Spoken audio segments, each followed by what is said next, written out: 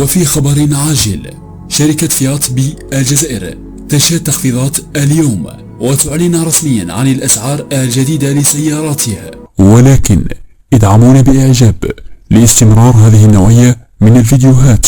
أعلنت يوم أمس فيات الجزائر عن تخفيضات في أسعار 5 موديلات من مركباتها، ويتعلق الأمر بمركبات فيات 500 إكس، فيات تيبو، فيات دوبلو، فيات سكودو ودوكاتو.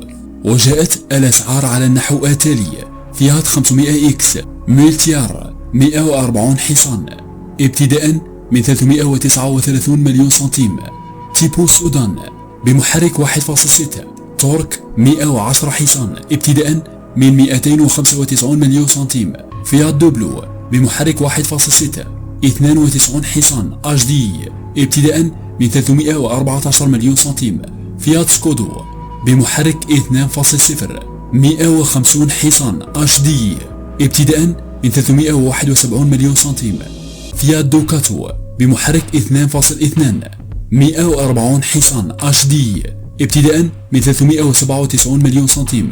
وحسب بيان شركة فيات الجزائر فإن الأسعار الجديدة دخلت حيز التنفيذ بدءا من 1 فبراير 2024.